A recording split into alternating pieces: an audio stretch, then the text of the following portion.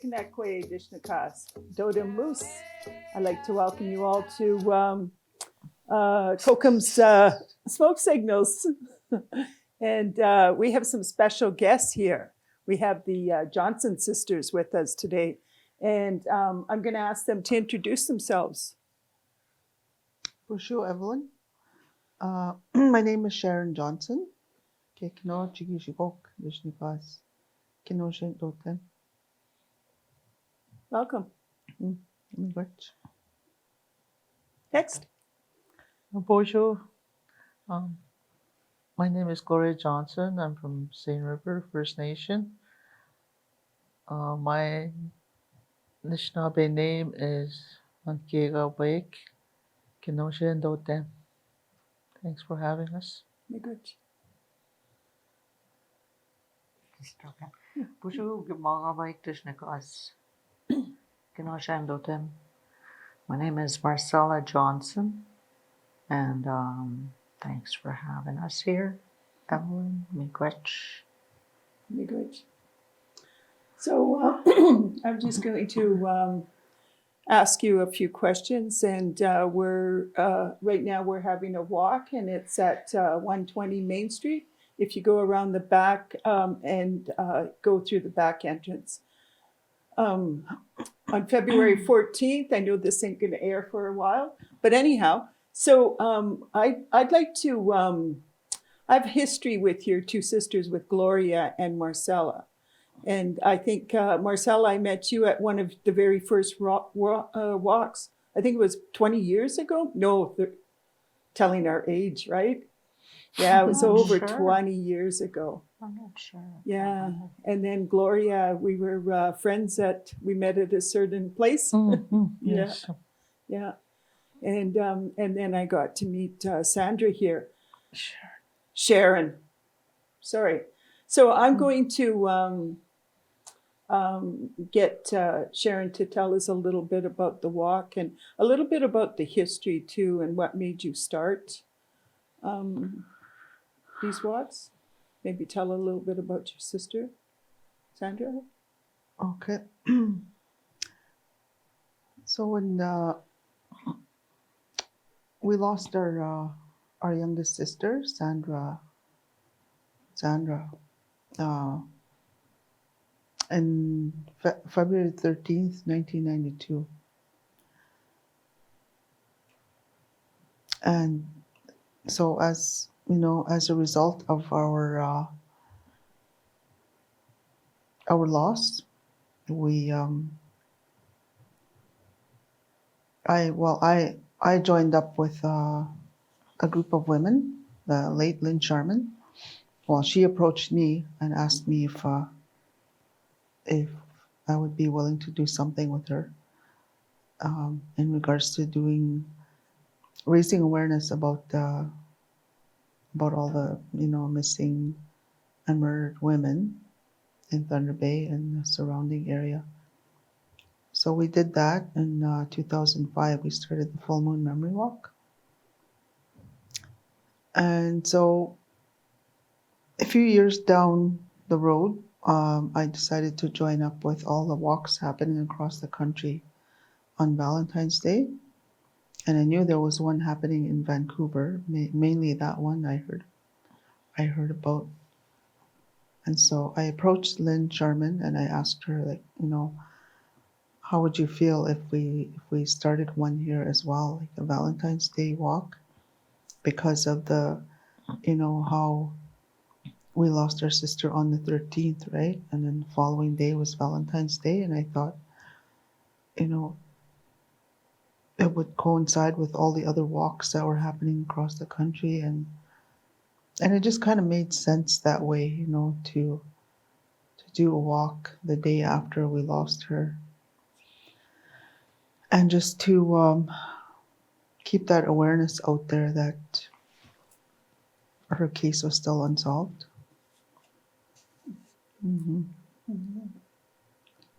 So, and now today, in Thunder Bay, there's a group of people from the college.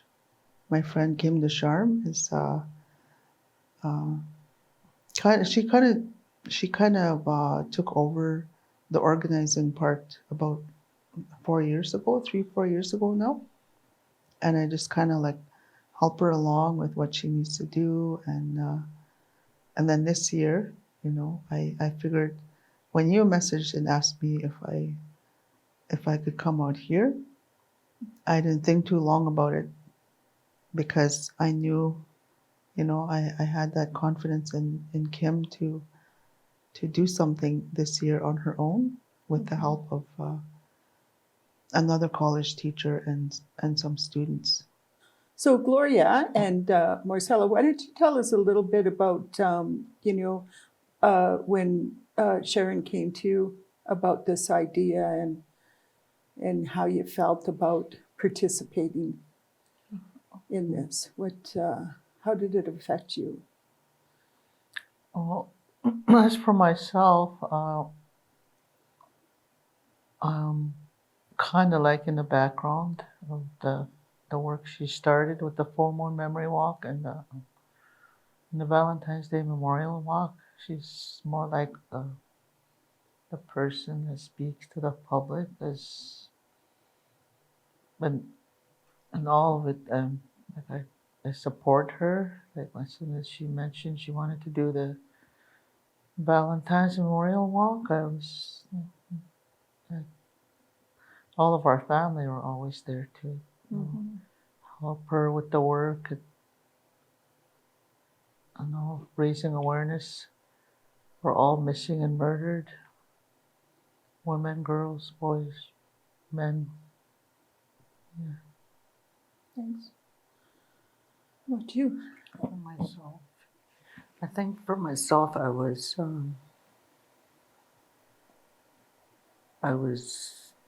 more afraid to stand up to the violence that was out there. So I went along. I'm still going along with it, but I'm not as afraid anymore to participate in the walks. But I still, in a way, I don't know, I could still feel a little bit of anxiety or something, especially when I know that there's people that are not, I don't know, it's kind of half and half for me. Like there's still people out there that are still going on, violence against women. Yeah, so, but I'm grateful that my sister was able to start the walk, and I've often had to just pray and push myself to be there in a way to be supportive to my sister and my family. Good. Mm-hmm. So do you think that it helps you with your grieving? Doing these walks or? Well, for myself, yeah, it definitely did help. It has helped, and that's because of the all the support of people that come out and talk to us, and tell us that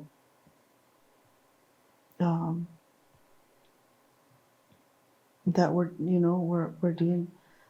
doing good work by continuing to talk about the violence against women, and not only for our family, but there's many families out there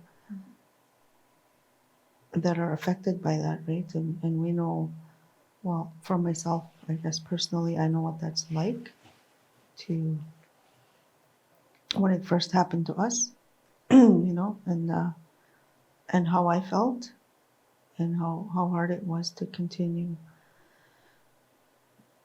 to continue to live my life after what happened to our little sister. Mm-hmm. So yeah, just the support of the community and everyone else, it really helped. Mm-hmm. Did you want to share about your grieving, and how the walks helped you with your grieving, Gloria? Um, yeah, it has helped, even though it does get hard, like just days before the anniversary. Mhm. Like the grieving part gets pretty hard for me because I'm the oldest of the sisters. Yeah, it's been 31 years yesterday since we lost our little sister. It does get a little bit harder for me sometimes, but I know I have support of family and friends, and I know just knowing we're not alone helps me. And yeah, it's still hard. Yeah, Yeah, but it does. Yeah, my grief all the time. yeah. Yeah. I don't think you ever lose it, right?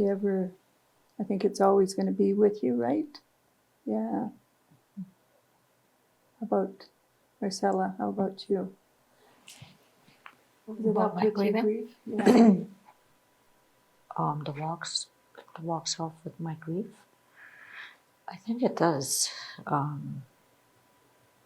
Yeah, because meeting with other families that have gone through it, and knowing that there's other families that have lost a loved one in a tragic way, it helps me to also focus on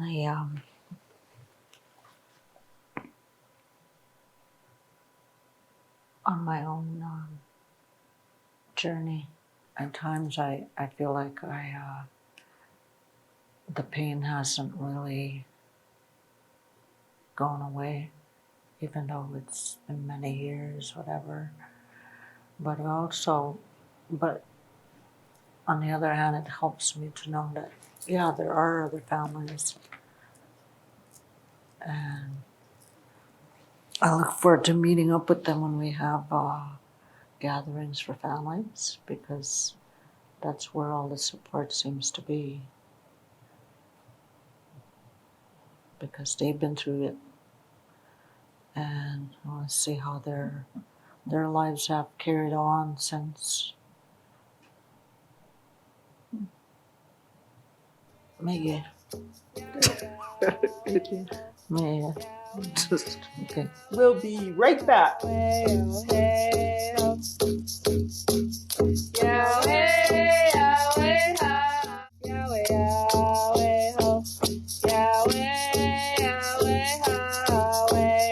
Oh, welcome back.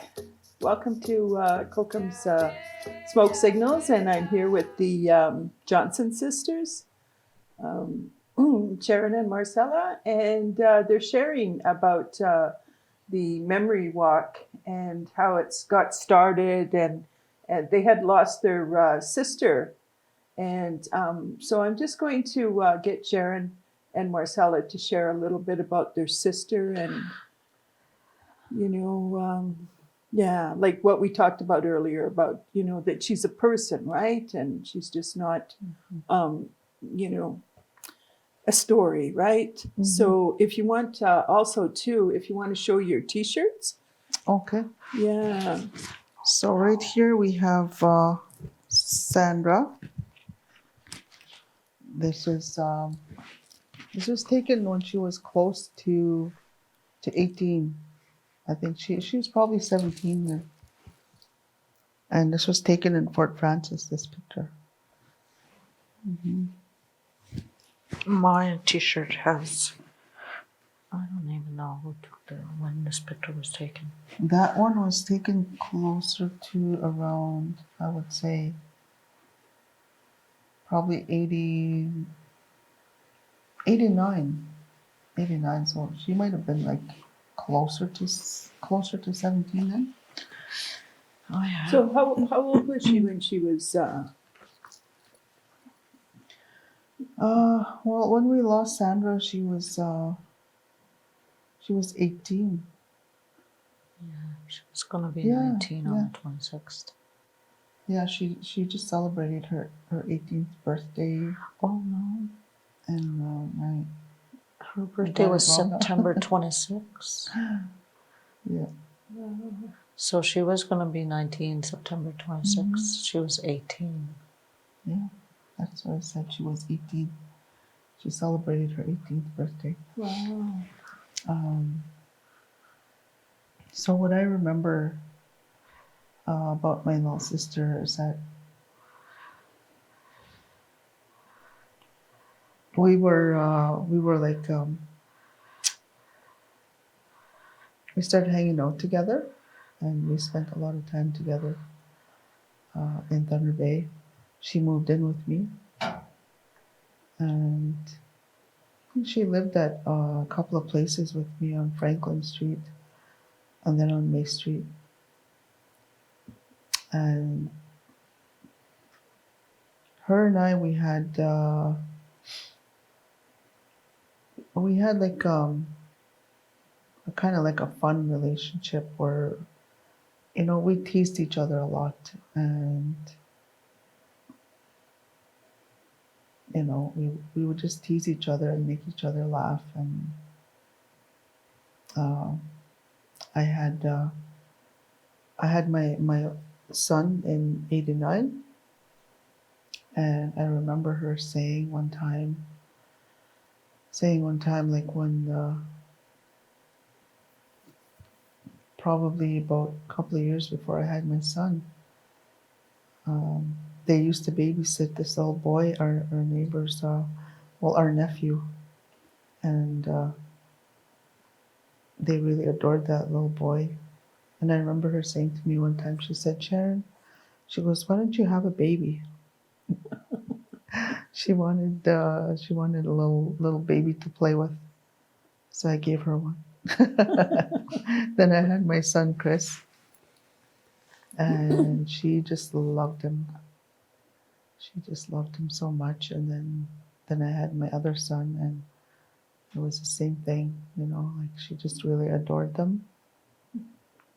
And yeah, we just had fun together, and she liked her big hair bands, like the bands in the early '90s. She liked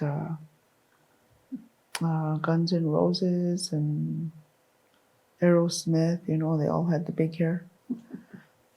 So she was really into her music, and she kind of got my son listening to that kind of music too. He liked the Black Crowes because even though he was just like 2-3 years old, she got him listening to music. And I was just sharing the story with my son in Thunder Bay a couple of days ago about how we had our stereo in the kitchen at on May Street, and she would go play her music, right? She would go start playing her Guns N' Roses, and then my son would come along, little Chris would come along, and then he'd want to play music at the same time too. He wanted to play his Black Rose, and she'd be like rolling her eyes, like, I guess so, and she'd put the music on for him. I thought that was so cute when I was just sharing that story with my son a couple of days ago. And so yeah, like there's so much that that people don't know about her, and I think what a lot of people, when we hear these stories about women that go missing and women that were murdered, they don't hear the stories about who they were as a person, Right. the personalities that they had, and the things that they love to do. And one thing I love to share about my little sister is that she was a dancer. She was a dancer right from when she was just a little girl. My mom made her her first regalia. I don't know if it was a jingle dress, the very first one, but that's what she did. She loved to dance, and she danced until she was 18. Until close to when we lost her, she was still dancing, and she was still working on her regalias. And I came across a pair of moccasins there that she must have been working on closer to when we lost her. But that's what she loved to do. She loved to dance. She was getting into drumming, like drumming for my brother's band. Oh, wow. So, and she was learning how to do background vocals for him. They were doing some Aerosmith, and she was like getting out of her comfort zone and practicing singing, and he was getting her into doing that. Yeah. And Marcella has some. Do you want to share a little bit, a memory, Marcella? Well, when she was growing up as a little girl, I always thought that my mom was there for her and she was being taken care of. And then because I left home at an early age, and I always thought that she had everything, she was really, she seemed really outgoing, she had a lot of friends. And I wasn't really there that much. I don't even know how old she was when I left home. But when she did come to Thunder Bay, she was just like, I don't know, I found that we were always fighting over her, the three of us girls, like who wants to hang out with her or who wants to do this with her. And sometimes I get beat to her and she'd say, oh, I'm going to Glow and we're going to go do this, or I'm going to Char. But I always found that she was really outgoing, and she liked meeting people. Yeah, she liked dancing. She went from jingle dress dancing to shawl dancing, and she would go out there and dance even without her shawl. And also, I really didn't get to see her play her drums. When she started to play her drums, I had moved away again. So a lot of times I wasn't there. But I always, when I did hang around with her, I always liked to make her laugh. I joked around lots around her,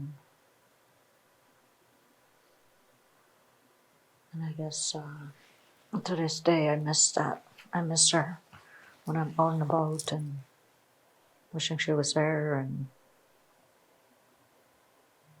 I wonder how she'd be if she was still here and all that. But I never ever was worried about her. Only when I left town, the last time I left town, is when I became really, really concerned about her.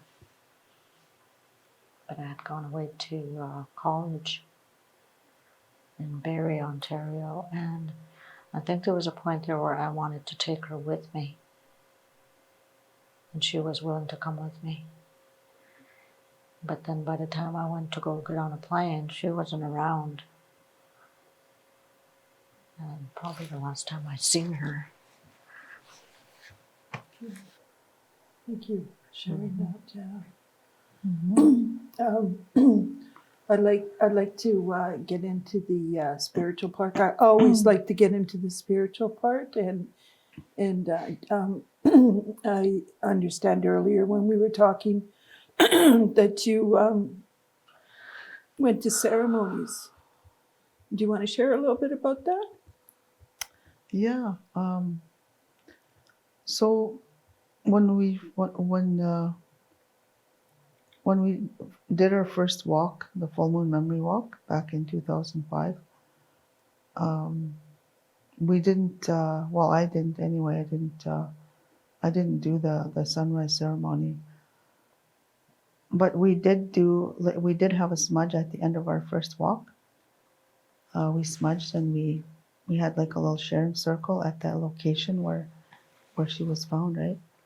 So that was that, and then it was the following year when my late mother told me that we should put a feast dish out for the women that we're walking for, one for them and one for us.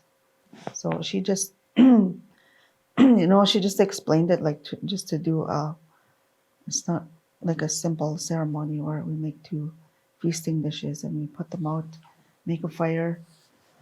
It wasn't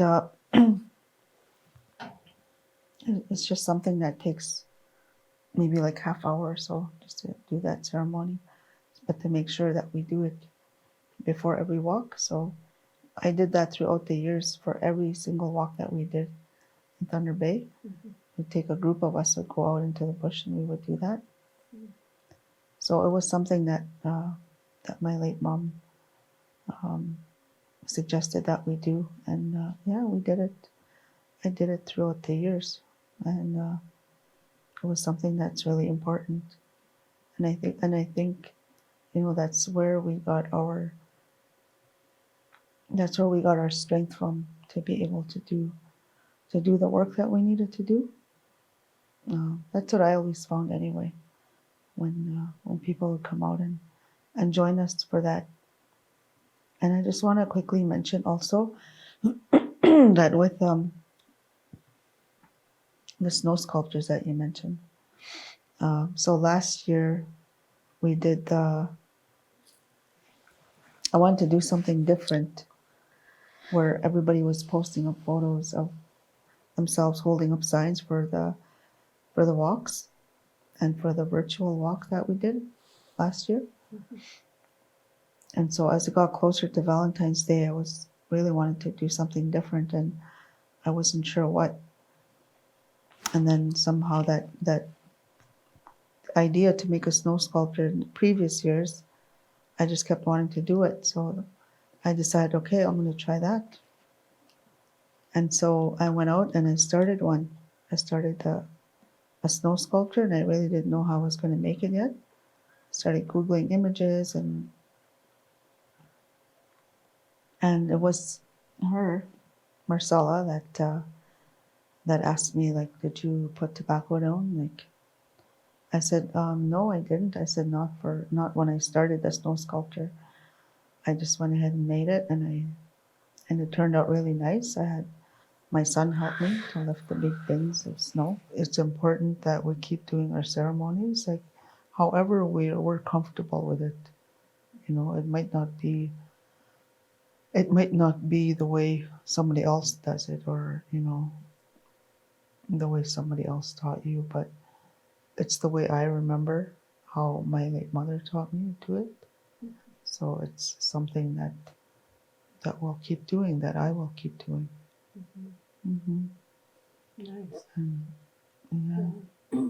So we've run out of time, but we could probably do a part 2 with you ladies. You have so much to share with us, right? So yeah, I just want to say miigwech for coming and sharing your story, and yeah, that was really, really good. So yeah, so we're here with the Johnson sisters, and yeah, we're going to be going over to the youth hub and doing our walk. And thank you for joining us. Miigwech.